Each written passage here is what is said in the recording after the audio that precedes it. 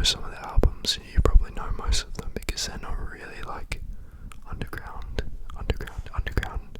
or unknown artists. But yeah, I'm just gonna be talking a bit about each one and what my life was like at the time when I really got into that music, and I don't know, just some favourite songs and what that album reminds me of. So if you guys enjoy, make sure to leave a like, subscribe, all of that. Anyway, I'm just gonna get into it. And honourable mention to the album in my profile picture, Freewave 3 by Lucky. I didn't include it, but obviously I really like that album and it means a lot to me, as well as his other albums, but I didn't include those. But anyway, let's get into it.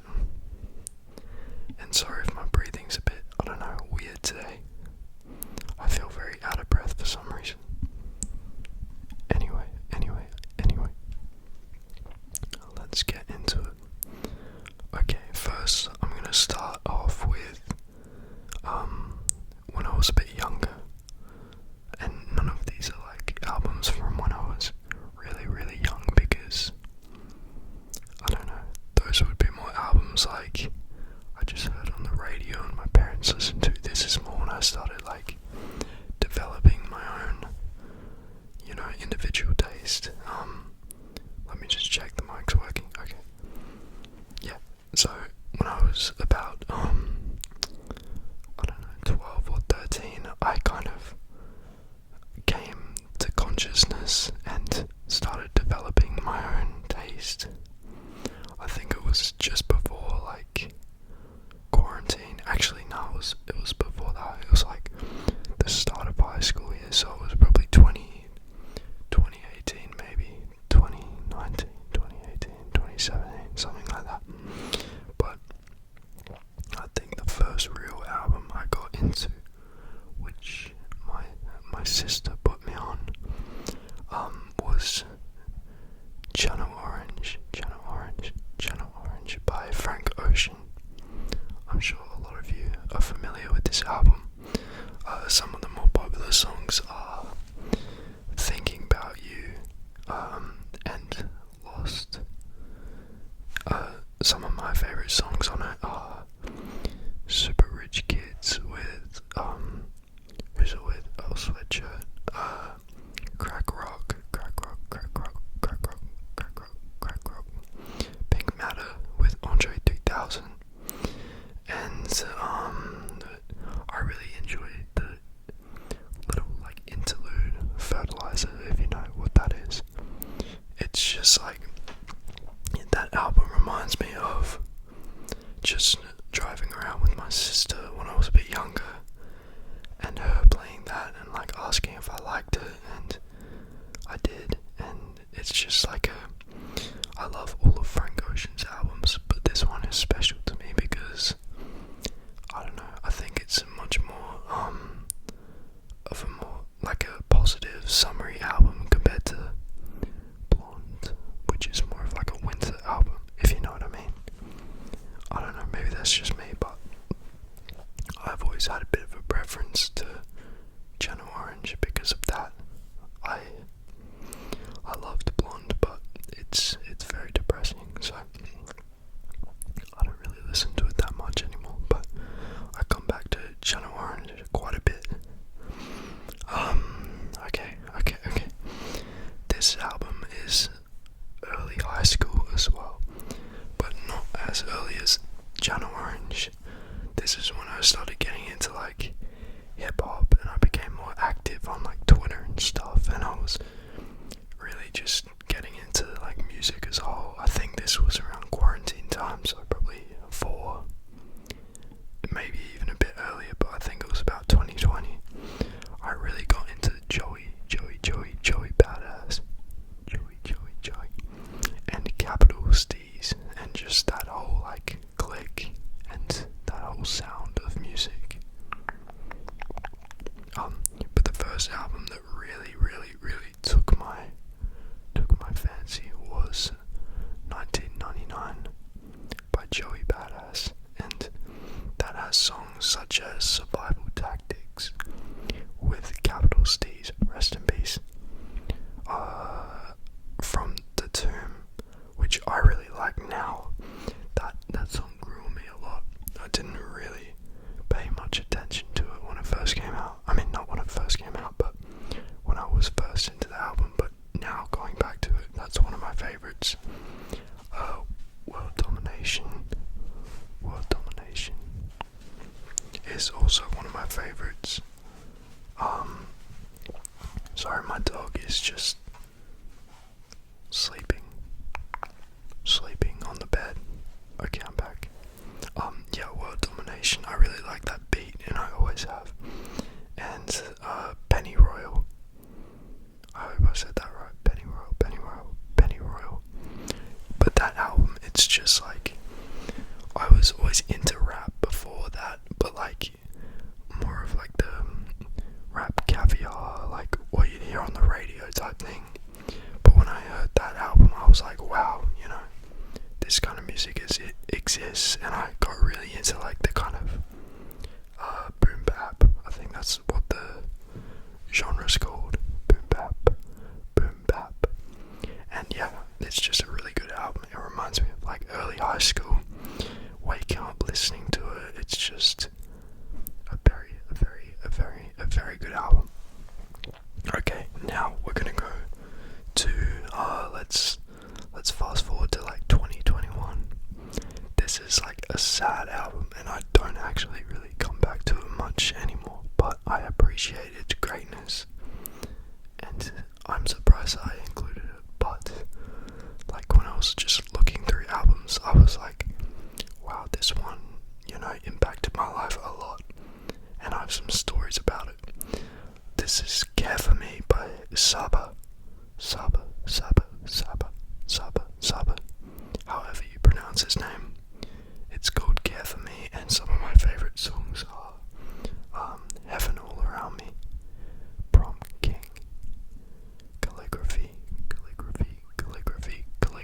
and Busy/Sirens. Those are like probably my favourite songs. A couple of those are like really long, but they're like 2-part songs, if you know what I mean. And that album, it's just like, it's really raw, like it's really from the heart. I could tell he was rapping from, you know, experience, and the storytelling on that album is just like insane. On some of the songs, like Prom King, talking about like his cousin dying, it's just crazy. Like it was one of the first songs where I had like a vivid picture, you know, it was like a movie, that song. And I really, and when it finishes, I was just like, wow, like I was actually in shock by that song, which, you know, music doesn't always do that to you. But that album was just like my nighttime album for about a year straight in 2020, 2021, even 2022. Like I love listening to that album at night. It's really peaceful, but it's also really like deep and introspective, and you know, it's a great album. That's probably the one that less people have heard, and I suggest you all check it out. And yeah, now I'm gonna go to last year, so my senior year of high school, or year 12, or whatever you want to call it. And I'm gonna give that album, I think my soundtrack for that year was Party Next Door, self-titled. So Party Next Door by Party Next Door. I've always been a fan of Drake, like forever, but I never really like tapped into Party Next Door, even though I'd heard like his big songs, and I'd also heard like parts of smaller, like not smaller songs, but like his less popular songs on, you know, Instagram or TikTok, but I didn't really know that was him. But anyway, last year I like really tapped into his music, and this was the first album I listened to from him, and wow, he is just incredible.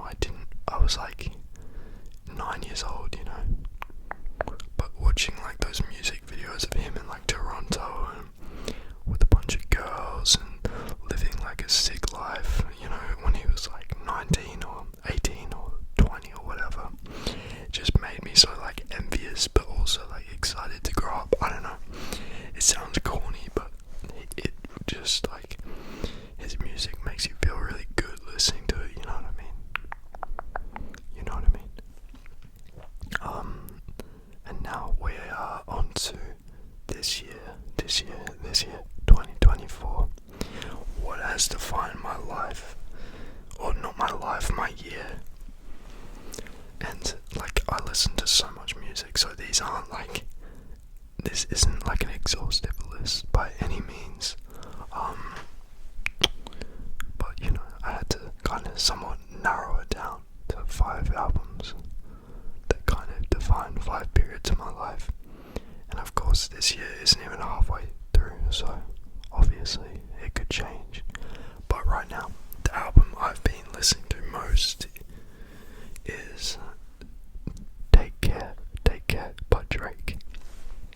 You know, I was going to mention Drake. I mean, I could have mentioned every one of his albums pretty much, because like nothing was the same. Views, even like his more recent albums, they all like, I don't care, he's the best. I don't care. But this album, Take Care, I always had Nothing Was the Same first and Take Care second, but recently I've changed that because, wow, some of these songs, man, like, the ones I've written down are Underground Kings, Over My Dead Body, Hell Yeah, Effing Right, and Lord Knows featuring Rick Ross. But yeah, these songs are just like all so different to me. Like Underground Kings and Lord Knows make me feel like, you know, I'm on top of the world. I'll be listening to it while like walking the streets, going to university and stuff, and I'll just feel like that guy, you know what I mean? And I think that's what music is, so that's what makes music so incredible. Like each type of music, and these are mainly hip hop / like R&B, but this is every genre. They make you feel so different, and they bring out so many different emotions in you and everything. So I love music a lot, and I can always talk about this for a long time if you give me the chance. But yeah, like songs like Underground Kings and Hell Yeah, Effing Right, Lord Knows, they're just like, you could feel Drake's come up, you know, like he's rapping like he's about to be on top of the world, and he was, and he probably still is, to be honest.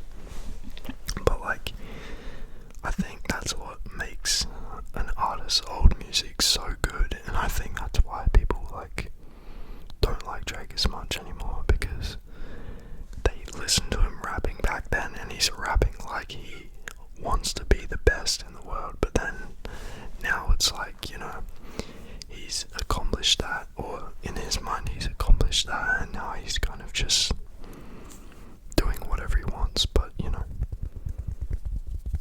I still think he's really good, but that album is just something different. He's on like another level, and it's like Over My Dead Body and like Marvin's Room and what's that other one? Hold up, let me look quickly. It's one like where it's just like storytelling. Look What You've Done. Those 3 are just so different from the previous 3 I mentioned, and it's just like the fact that they're on the same album is just like crazy, and they're all really good. But yeah, that is my somewhat of a list. Just 5 albums that kind of take me back to 5 different times in my life and what they somewhat mean to me. I have probably tens, dozens, hundreds more that I could talk about, but I don't want this video to go on for 3 years. But if you guys enjoyed, make sure to leave a comment, maybe one of your favorite albums that, you know, takes you back to a certain period of your life. It could be an album from the 90s. I could have talked about, you know, Lauryn Hill and Slow Dive and The Smiths and stuff. I just, you know, there's only a certain amount of music I could discuss in this. But let me know if you want more of these kind of rambles about music and stuff. I'm 100% down to talk about this more, and hopefully relaxing, and I will see you next time. Peace out.